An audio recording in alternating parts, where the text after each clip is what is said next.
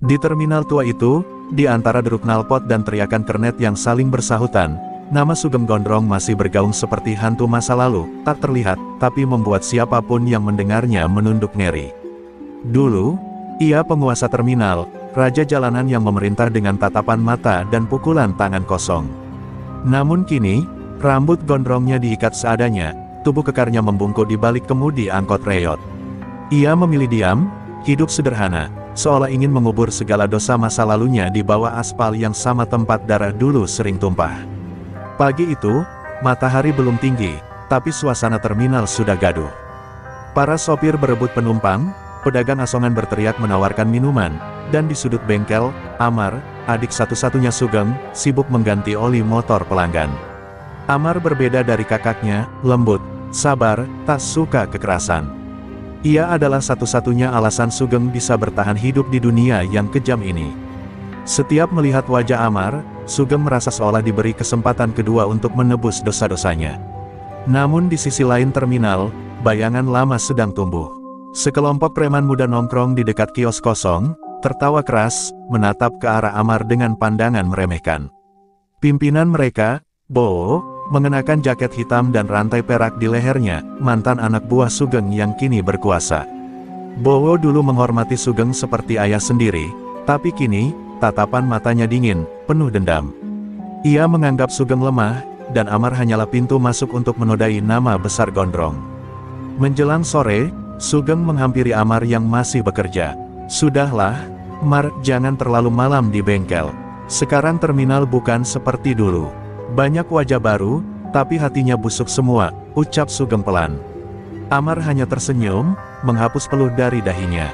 "Tenang, Mas. Dunia Mas Sugeng sudah selesai, biar aku yang jalan di jalan lurus." Kalimat itu menusuk hati Sugeng. Ia tahu Amar mencoba menenangkan, tapi di balik kata-katanya ada harapan agar sang kakak benar-benar meninggalkan masa lalunya. Sementara itu, dari kejauhan, Bowo memperhatikan mereka dengan senyum tipis. "Dulu aku disuruh berlutut di depan lo, Seng, sekarang lo yang bakal gue injak," gumamnya pelan sambil menyalakan rokok. Malam itu, ia memberi perintah pada anak buahnya, "Awasi Amar, cari celah." Bowo tahu, menghancurkan Amar berarti menghancurkan jantung pertahanan Sugeng tanpa perlu menembakkan satu peluru pun.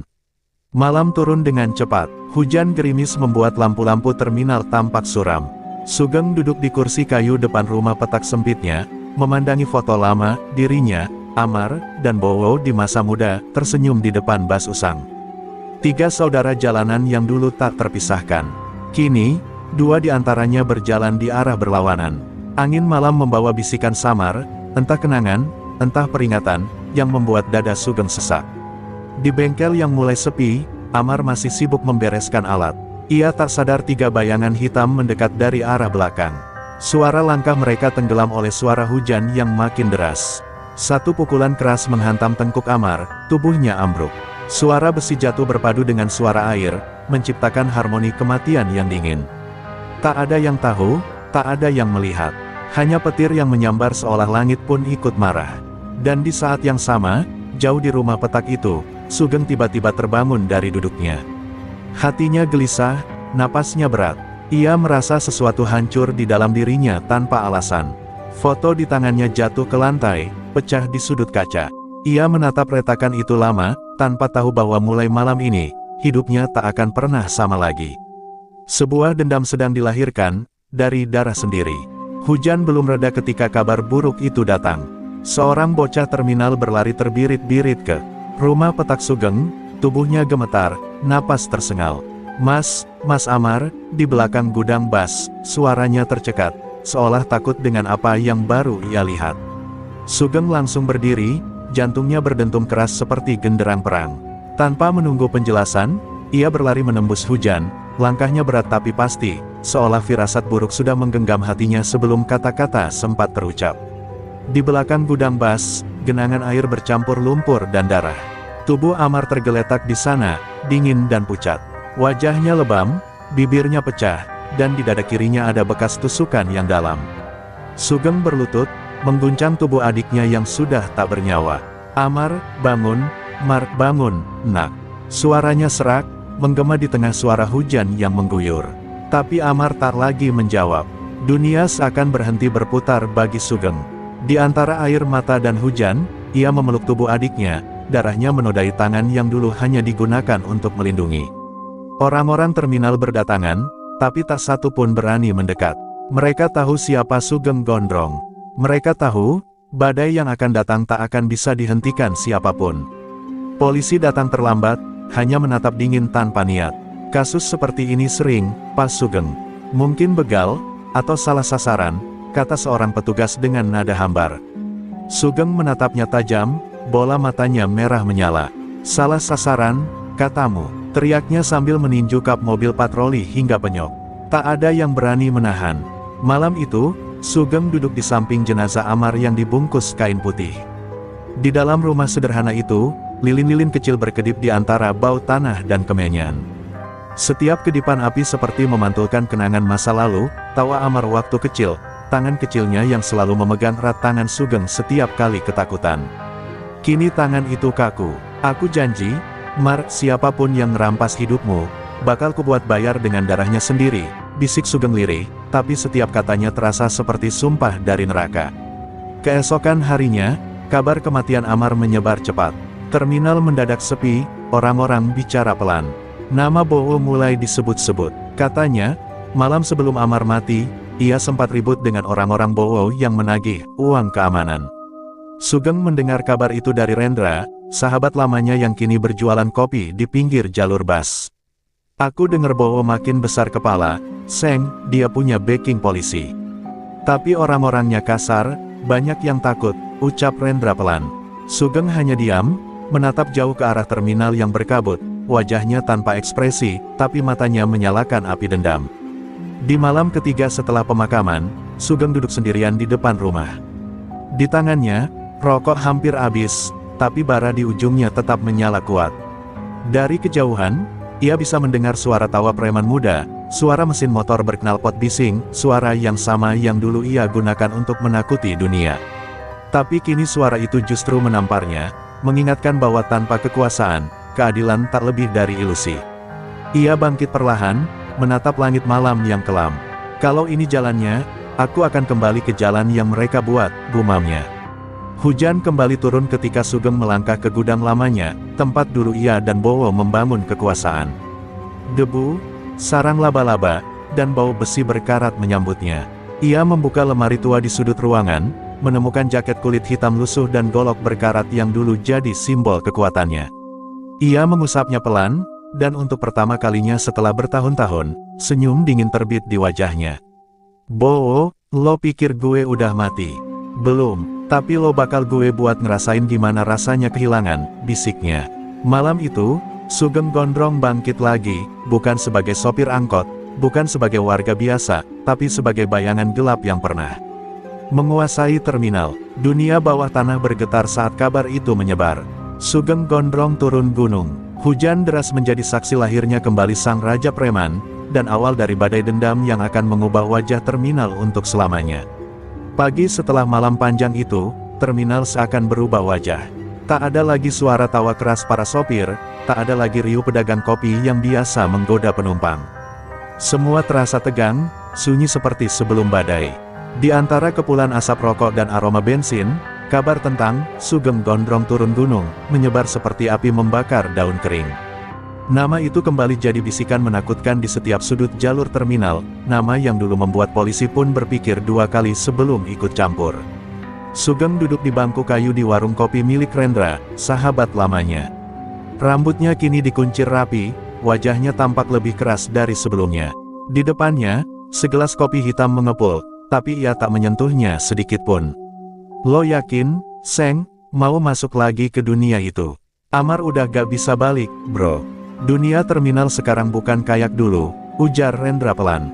Sugeng mengangkat pandangannya, menatap lurus ke arah terminal yang mulai ramai lagi. Justru karena beda, gue harus balik. Dulu gue yang bikin mereka tunduk. Sekarang mereka kira gue udah lemah. Itu kesalahan pertama mereka. Sore harinya, Sugeng berjalan sendirian ke area jalur 7, tempat para preman muda biasa nongkrong. Langkahnya pelan tapi mantap, setiap orang yang melihatnya langsung menyingkir. Bowo belum terlihat, tapi anak buahnya sudah mulai gelisah. Salah satu berusaha menghentikan Sugeng. Lo siapa? Ini wilayahnya Bos Bowo, teriaknya lantang. Sugeng menatapnya dingin, lalu dalam satu gerakan cepat, tangannya menghantam meja hingga pecah, lalu memukul wajah pemuda itu hingga ambruk. Gue gak perlu izin buat jalan di tempat yang dulu gue bangun, katanya pelan tapi menusuk seperti bilah tajam. Perkelahian itu berlangsung singkat, tapi cukup untuk menyalakan kembali legenda Sugeng Gondrong. Beberapa preman yang dulu pernah ikut dengannya menunduk hormat, sebagian lain melarikan diri. Rendra yang menyusul dari kejauhan hanya bisa geleng kepala. Lo baru muncul sehari, Seng, tapi terminal udah mulai panas lagi. Sugeng hanya diam, matanya tak lepas dari langit kelabu di atas. Biarin, dunia ini udah lama busuk. Gue cuma mau bersihin yang ngerusak nama adik gue. Malam harinya, Sugeng mendatangi rumah Darto, mantan tangan kanannya yang kini dikenal sebagai pengatur parkir di wilayah Bowo. Darto sempat terkejut melihat Sugeng berdiri di depan pintu rumahnya. Seng, lo gila ya? Lo tahu Bowo bakal nyari lo kalau tahu lo nongol di sini, katanya gugup. Sugeng hanya menatapnya lama. Justru itu yang gue mau. Mereka pun berbicara panjang dalam cahaya lampu redup, membahas siapa saja yang kini berkuasa, siapa yang berada di belakang Bowo. Dari mulut Dartolah, Sugeng mendengar satu nama baru, Pak Wira, pengusaha yang selama ini jadi backing bisnis kotor di terminal. Ketika Sugeng keluar dari rumah Darto, hujan mulai turun lagi. Udara dingin menusuk tulang, tapi hatinya terbakar oleh amarah dan niat. Ia tahu, ini bukan hanya soal Bowo, ini tentang sistem yang menelan adiknya hidup-hidup. Dunia preman bukan sekadar soal siapa paling kuat, tapi siapa paling licik. Sugeng sadar, kali ini ia tidak hanya harus mengandalkan otot, tapi juga kepala dingin dan strategi. Keesokan paginya, Sugeng mendatangi bengkel tempat Amar biasa bekerja. Ia duduk di sudut, menatap meja kerja adiknya yang masih berantakan. Di situ, ia menemukan obeng kecil yang sudah berkarat, benda sederhana yang membuat air matanya jatuh tanpa suara. Gue janji, Mar, semua orang yang bikin lo mati bakal gue sapu bersih. Satu-satu, ia genggam obeng itu erat, seolah menggenggam semangat terakhir dari Amar. Dan malam itu, Sugeng kembali mengenakan jaket kulit hitamnya. Dari kejauhan, terminal tampak berkabut, seakan menyambut raja lamanya kembali. Suara langkah kaki Sugeng menggema di antara deretan bas tua, diiringi tatapan takut para preman muda yang bersembunyi di balik kios. Dunia bawah sadar, Sugeng Gondrong benar-benar kembali. Dan kali ini, ia datang bukan untuk berkuasa, tapi untuk menuntut darah. Malam itu, terminal kembali tenggelam dalam kabut tebal. Lampu jalan berkedip redup, sementara suara mesin bas yang menggeram di kejauhan seolah menjadi latar bagi sesuatu yang lebih gelap dari sekadar malam biasa. Di jalur 7, tempat yang dulu jadi markas Sugeng Gondrong, kini berderet warung kopi dan bangku-bangku besi tempat anak buah Bowo nongkrong. Tapi malam itu, satu persatu dari mereka mulai menghilang, seolah ditelan oleh kegelapan yang kembali menuntut upeti. Dari balik bayangan bas tua, Sugeng berjalan perlahan. Golok kecil terselip di balik jaket kulit hitamnya, langkahnya tanpa suara. Di matanya hanya ada satu tujuan, menemukan siapa yang ikut dalam pembunuhan Amar. Saat ia mendekat, dua orang preman muda yang sedang berjudi tak menyadari kehadirannya. Gue udah bilang, Bowo bakal dapat jatah besar minggu depan. Barangnya lewat sini, kata salah satu dari mereka. Tapi sebelum sempat melempar dadu, suara benda logam menghantam meja keras, golok Sugeng menancap di tengah meja. Dua pasang mata menatap kaget, lalu ketakutan. Siapa yang bunuh adik gue? Suara Sugeng rendah, tapi setiap kata terasa berat seperti dentum guntur. Tak ada jawaban, hanya napas gemetar dan tatapan panik. Salah satu mencoba kabur, tapi Sugeng lebih cepat. Ia menarik kera pemuda itu, menekannya ke dinding hingga punggungnya berderak. Bowo nyuruh siapa? Katakan, atau lo ikut dikubur di sini, teriaknya. Pemuda itu akhirnya menangis ketakutan. Jangan, Bang, kami cuma nurut perintah. Amar ditusuk sama Giman, anaknya Bowo sendiri. Mata Sugeng menyipit, rahangnya mengeras. Nama itu, Giman, langsung menyalakan bara dalam dadanya. Ia tahu bocah itu, dulu sering ikut mengantar makanan ke rumahnya. Ia tak menyangka anak sepolos itu sekarang berubah jadi pembunuh bayaran. Sugeng melepaskan pemuda itu, lalu menatap kosong ke arah jalur 7 yang sepi. "Gue udah cukup sabar," katanya lirih, sebelum menghantam meja hingga hancur. Malam itu, terminal mendengar lagi suara benturan dan teriakan yang lama tak terdengar sejak Sugeng pensiun. Pagi harinya, berita tentang 4 preman muda yang ditemukan babak belur di jalur 7 menyebar cepat. Tak ada yang tahu siapa pelakunya, tapi semua orang tahu jawabannya. Di tembok dekat lokasi kejadian, seseorang menulis dengan darah, "Untuk Amar." Bowo membaca kabar itu sambil menatap korannya dengan rahan tegang. Dia mulai main, ya gumamnya sambil menatap tangan kanannya, Diman, yang kini tampak pucat. "Siap-siapin anak-anak, kalau Gondrong mau perang, kasih dia api sekalian." Sementara itu, Sugeng kembali ke rumah Rendra dengan wajah dingin, tapi matanya merah seperti bara api. "Gue dapat namanya," katanya pelan. "Anak Bowo sendiri yang nusuk Amar." Rendra terpaku, mencoba menahan emosi. "Lo mau apa sekarang?" Sugeng menatap lurus ke depannya. "Gue gak mau buru-buru. Gue mau mereka ngerasain dulu rasa takut, rasa kehilangan, sebelum gue kasih kematian." Di balik kata-kata itu, ada kebencian yang nyaris manusiawi, campuran antara cinta seorang kakak dan iblis yang haus keadilan. Malam kembali turun. Sugeng berdiri di atap bas tua, menatap terminal dari ketinggian. Di bawah sana, Bowo dan orang-orangnya sedang berpesta, tertawa, mabuk oleh kesombongan dan darah yang mereka tumpahkan. Sugeng mengamati mereka dengan senyum tipis. "Nikmatin malam kalian, besok, terminal. Ini bakal penuh darah," bisiknya lirih. Hujan mulai turun perlahan, membasahi wajahnya, seolah langit sendiri tahu, perang sudah dimulai. Dan di antara gemuruh langit, terminal bayangan kembali hidup dengan napas lama, napas ketakutan. Sugeng Gondrong telah menorehkan jejak darah pertamanya, dan semua orang tahu, ini baru awal dari badai besar yang akan menyapu siapapun yang berani menyebut nama Amar dengan cara yang salah.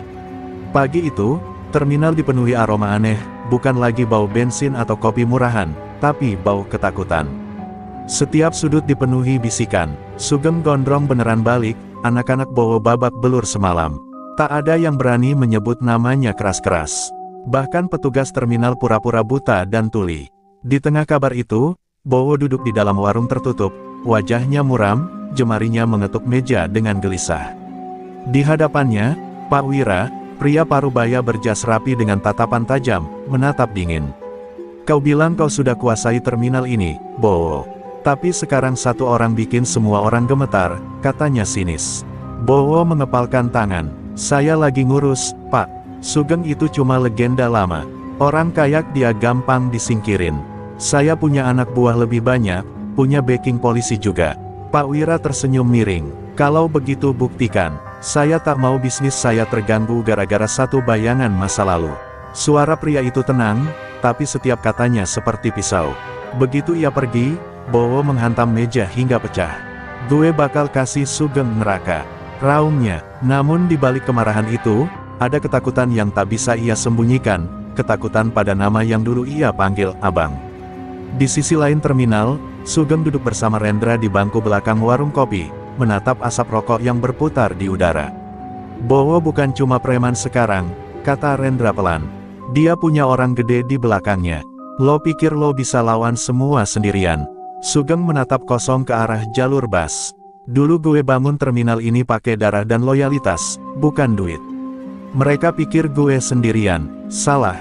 Mereka lupa gue masih punya utang yang belum dibayar orang-orang lama." Ia berdiri, meninggalkan secangkir kopi yang masih mengepul.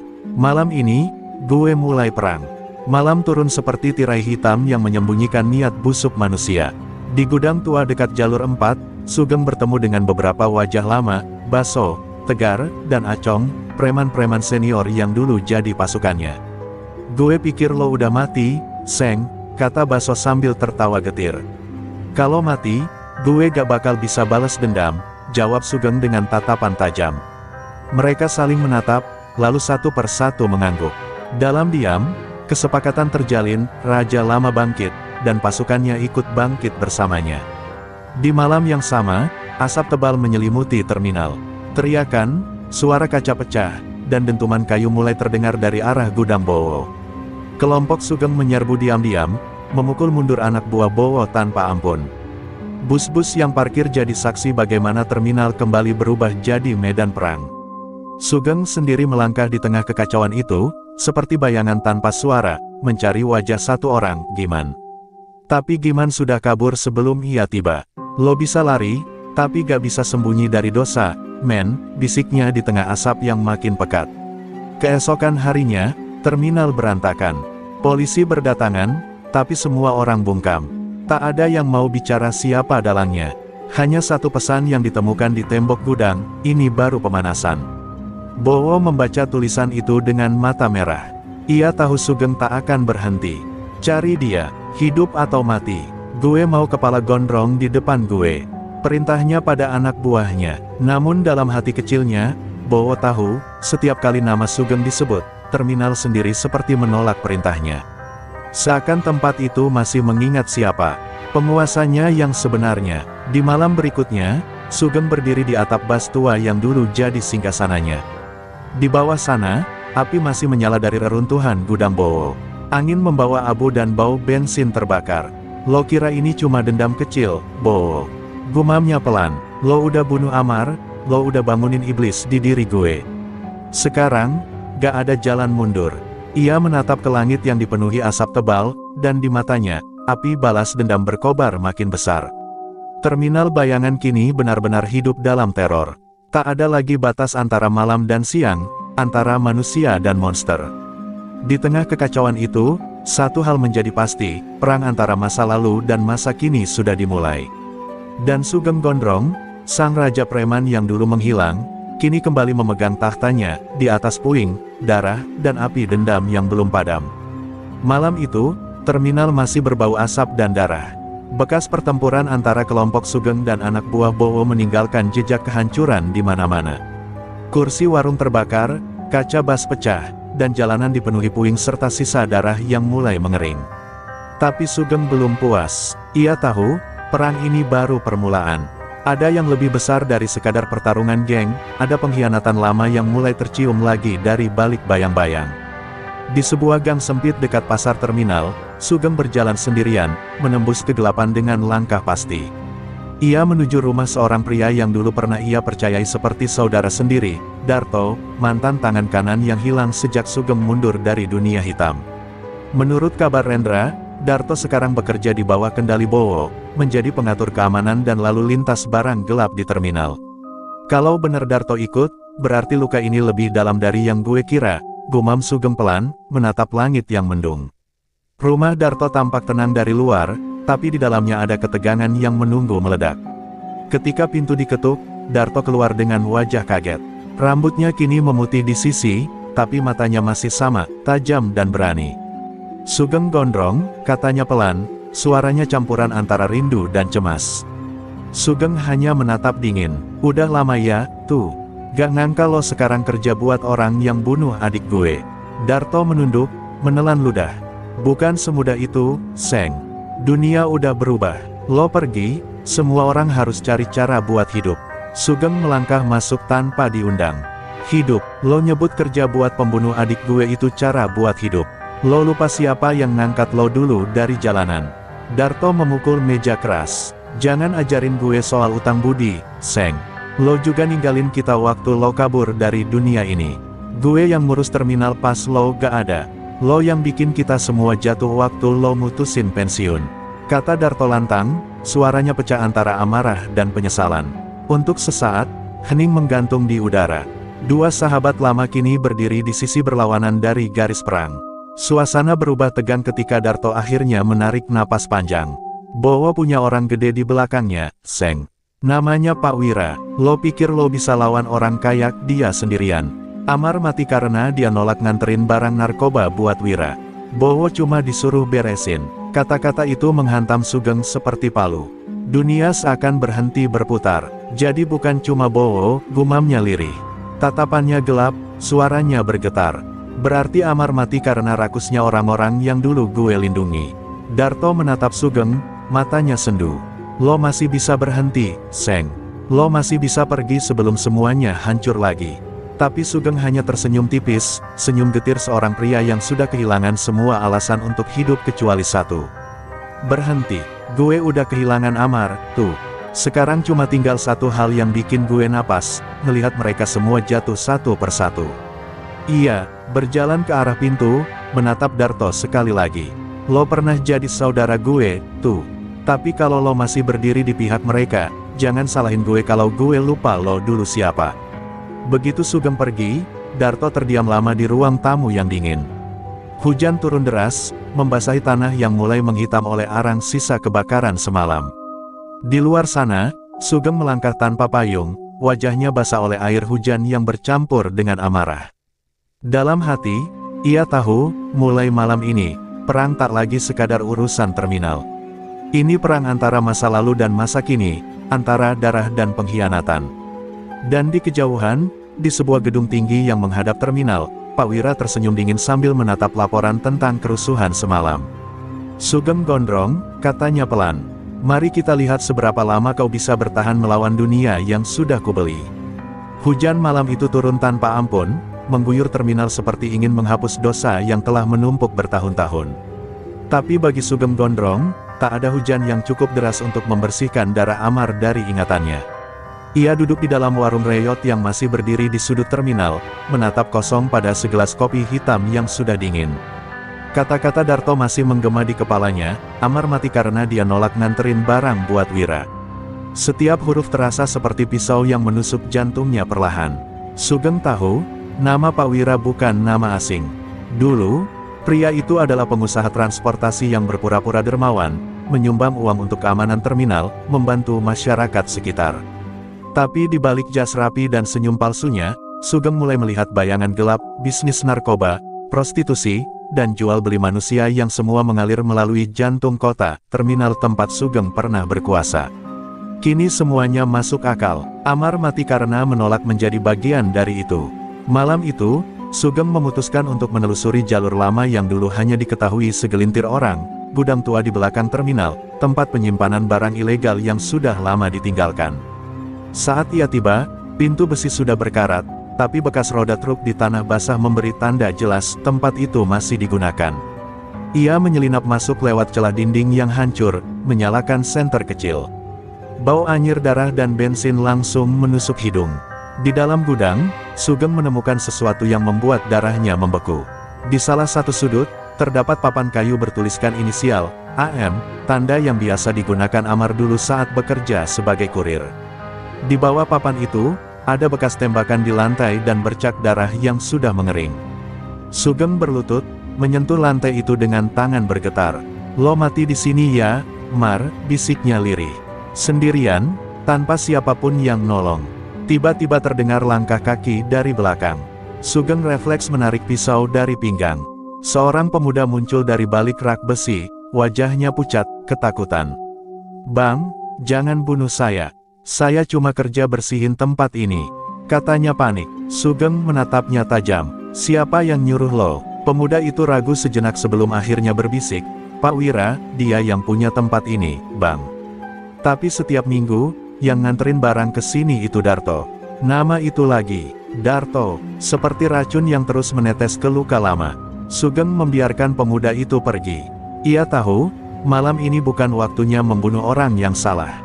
Ia berdiri di tengah gudang, menatap langit-langit yang bocor dan meneteskan air hujan ke tanah. Dalam pikirannya, potongan-potongan masa lalu mulai menyatu, Bowo hanya pion, Darto pengatur, dan Wira dalam utamanya. Tapi yang membuat dadanya paling sesak adalah kenyataan bahwa Darto, orang yang dulu bersumpah melindungi Amar, justru membantu menjerumuskannya ke kematian. Lo pikir gue bakal diem, tuh, gumam Sugeng. Dengan suara berat, lo pikir gue bakal maafin lo cuma karena alasan hidup. Ia menatap tajam ke arah pintu keluar, seolah menatap bayangan Darto di balik kegelapan. Enggak, gue bakal bongkar semua ini. Satu persatu, sampai gak ada lagi yang bisa sembunyi di balik nama besar. Di luar, petir menyambar langit. Sugeng melangkah keluar dari gudang dengan wajah dingin, bajunya basah kuyup tapi matanya menyala oleh amarah. Malam itu, ia bukan lagi sekadar raja preman terminal, ia telah berubah menjadi bayangan yang akan menghantui mereka semua.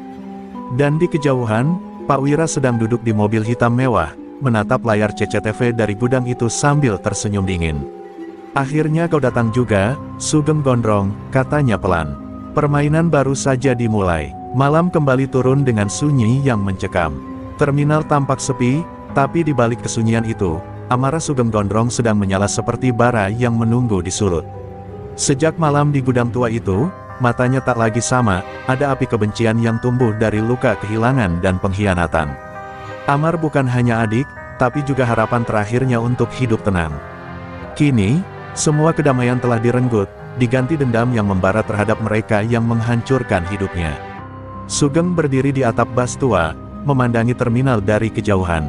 Ia sudah memutuskan, malam ini, darah akan kembali mengalir di tanah yang dulu pernah ia kuasai. Dengan langkah pasti, ia turun, menghampiri Rendra dan dua anak buah lamanya yang kini kembali ke sisinya. Kita mulai dari mereka yang paling lemah dulu, kata Sugeng dengan suara pelan tapi tajam. Biar mereka ngerasa takut sebelum gua datang langsung ke jantungnya, ke Wira. Rendra menatapnya ragu. Bang, kalau kita mulai perang sekarang, polisi bakal turun tangan. Sugeng hanya menatap kosong ke arah lampu jalan. Biarlah, selama darah Amar belum terbalas, gua gak peduli siapapun yang datang. Tepat tengah malam, mereka bergerak. Sasaran pertama, gudang distribusi milik Wira di belakang pasar lama. Tempat itu dijaga ketat, tapi Sugeng tahu setiap celahnya. Dulu, ia sendiri yang merancang sistem keamanan itu saat masih jadi raja terminal. Dengan kecermatan seorang pemburu, ia menyelinap masuk, memotong arus listrik, lalu melemparkan botol molotov ke arah tumpukan bahan bakar. Dalam hitungan detik, api menjalar liar, membakar gudang beserta truk-truk yang diparkir di dalamnya. Ledakan keras mengguncang malam, menerangi langit dengan warna oranye menyala. Jeritan penjaga dan suara sirene bergema di kejauhan. Sugeng berjalan menjauh dari kobaran api tanpa menoleh sedikit pun. Setiap langkahnya seperti menabur bara ke jalanan. Satu sudah jatuh, tinggal dua lagi, katanya lirih, suaranya nyaris tenggelam oleh desiran hujan yang mulai turun. Namun, jauh di lubuk hatinya, ada rasa sakit yang tumbuh bersamaan dengan kepuasan itu. Ia tahu, setiap nyawa yang hilang akan menambah beban di pundaknya. Tapi dendam telah menutup pintu bagi rasa iba. Di sisi lain kota, Pak Wira menerima kabar kebakaran itu dengan wajah datar. Ia menatap layar CCTV yang menunjukkan gudang yang terbakar abis. Sugeng mulai melangkah, katanya tenang. Ia lalu memandang Bowo dan Darto yang berdiri di hadapannya. Kalian tahu apa yang harus dilakukan. Tangkap dia hidup-hidup. Aku ingin dia melihat sendiri bagaimana kekuasaan melumat orang-orang seperti dia. Darto menunduk, rahangnya mengeras. Dalam hatinya, ada pertarungan batin yang nyaris menghancurkan dirinya sendiri. Ia masih berutang pada Sugeng, tapi juga terikat pada Wira dengan ancaman yang lebih besar. Sementara itu, Sugeng dan anak buahnya kembali ke markas kecil mereka, sebuah bengkel tua di pinggir kota. Rendra menatapnya lelah. Bang, sampai kapan kita terus begini? Sugeng tidak menjawab, ia hanya menatap foto lama Amar yang ia simpan di saku bajunya, foto mereka berdua di terminal tahun-tahun silam. Sampai adik gue bisa tenang, katanya lirih, suaranya nyaris pecah. Di luar, sirene polisi mulai mendekat. Sugeng tahu, setelah malam ini, seluruh kota akan berburu dirinya. Tapi justru itu yang ia inginkan, agar mereka datang, satu persatu, ke medan yang ia pilih sendiri. Ia menyalakan rokok, menghembuskan asap ke langit yang gelap. Kalau neraka ada di bumi, gumamnya pelan, biar gua yang jadi apinya. Dan di kejauhan, dari balik bayangan, Darto berdiri memandangi bengkel tua itu. Hujan menetes dari ujung rambutnya, dan di tangannya tergenggam pistol.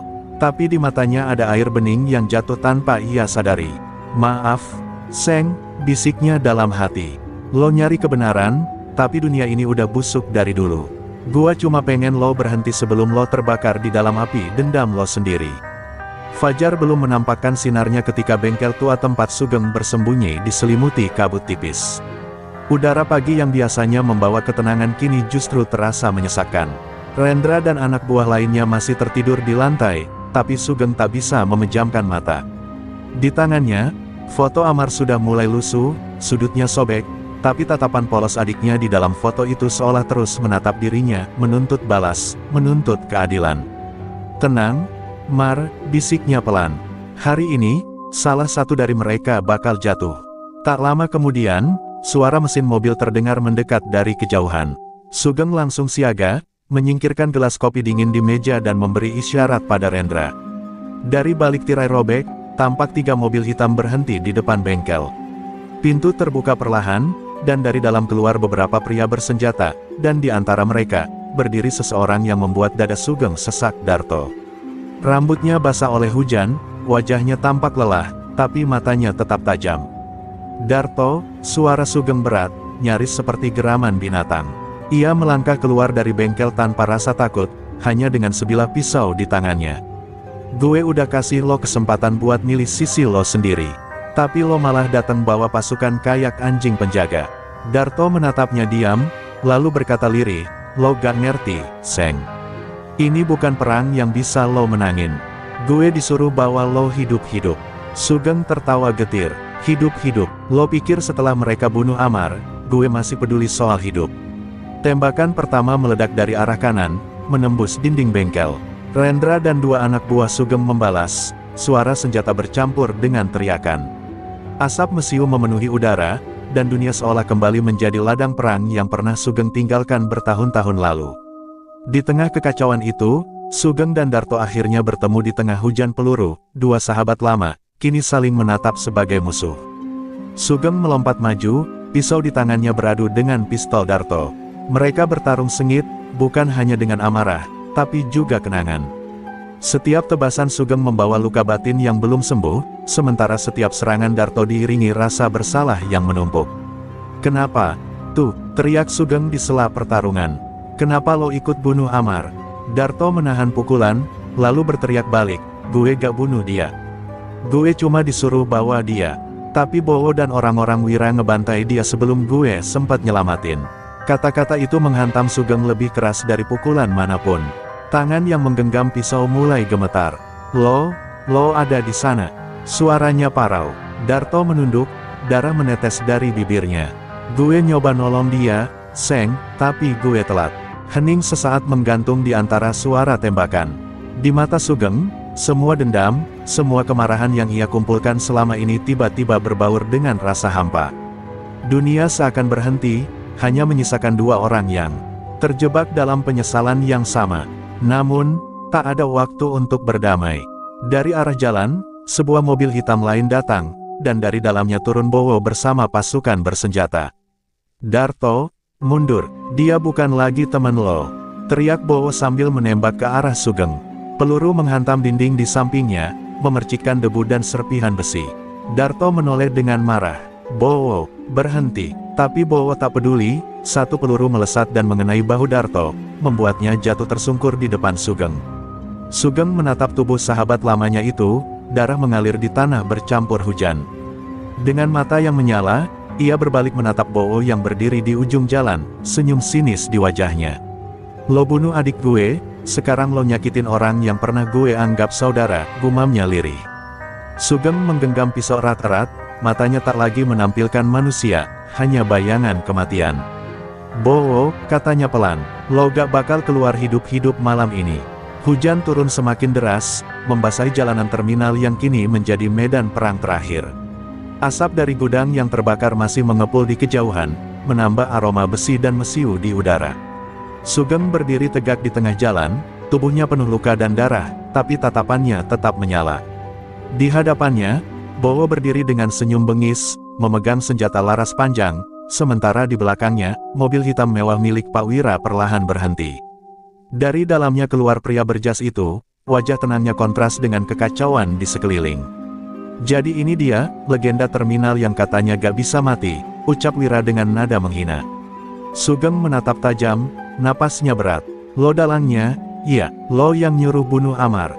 Wira tersenyum sinis. Anak itu, dia hanya penghalang kecil dalam bisnis besar. Dunia ini bukan tempat buat orang yang terlalu bersih. Kata-kata itu menyulut bara dalam dada Sugeng. Ia melangkah maju perlahan, setiap langkahnya diiringi suara gemericik air hujan yang jatuh di genangan darah. Dunia boleh kotor, katanya pelan, tapi gue gak bakal biarin lo hidup di atas darah adik gue. Bowo menodongkan senjata, tapi sebelum pelatuk sempat ditarik, Sugeng bergerak secepat kilat.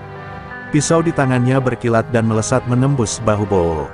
Pria itu berteriak, senjatanya terlepas, dan Sugeng langsung menerjang, menghantam wajah Bowo dengan pukulan berulang kali. Amarahnya meledak seperti badai.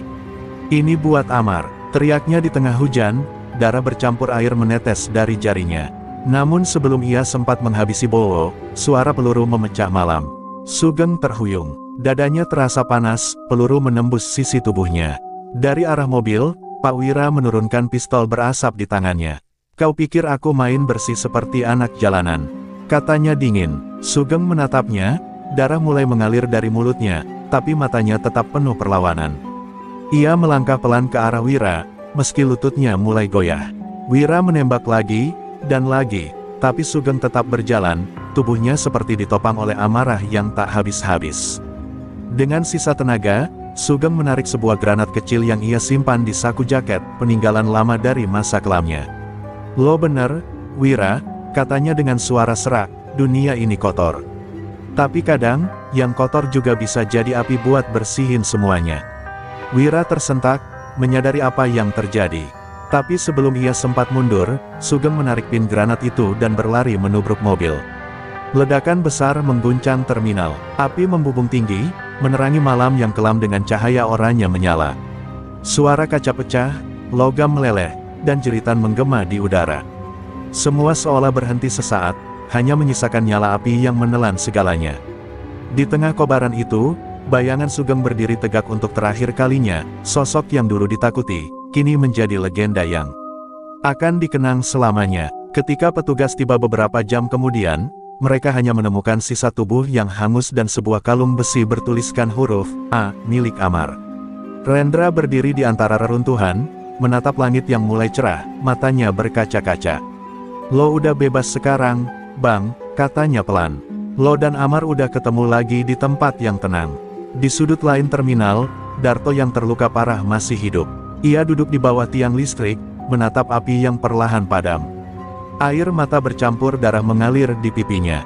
"Lo bener, Seng," bisiknya lirih. "Kadang dunia cuma bisa berubah kalau ada yang berani terbakar di dalamnya." Ia menunduk, menggenggam tanah yang masih hangat, tanah yang kini menyimpan kisah tentang seorang raja terminal yang mati bukan karena kalah, tapi karena memilih menjadi api yang mengakhiri segalanya. Dan malam itu, nama Sugeng Gondrong kembali bergema di antara para sopir, pedagang, dan preman kecil. Mereka menyebutnya bukan lagi sebagai raja, tapi sebagai legenda, lelaki yang menukar hidupnya demi menegakkan harga diri dan darah keluarganya. Terminal pun tak pernah sama lagi sejak malam itu.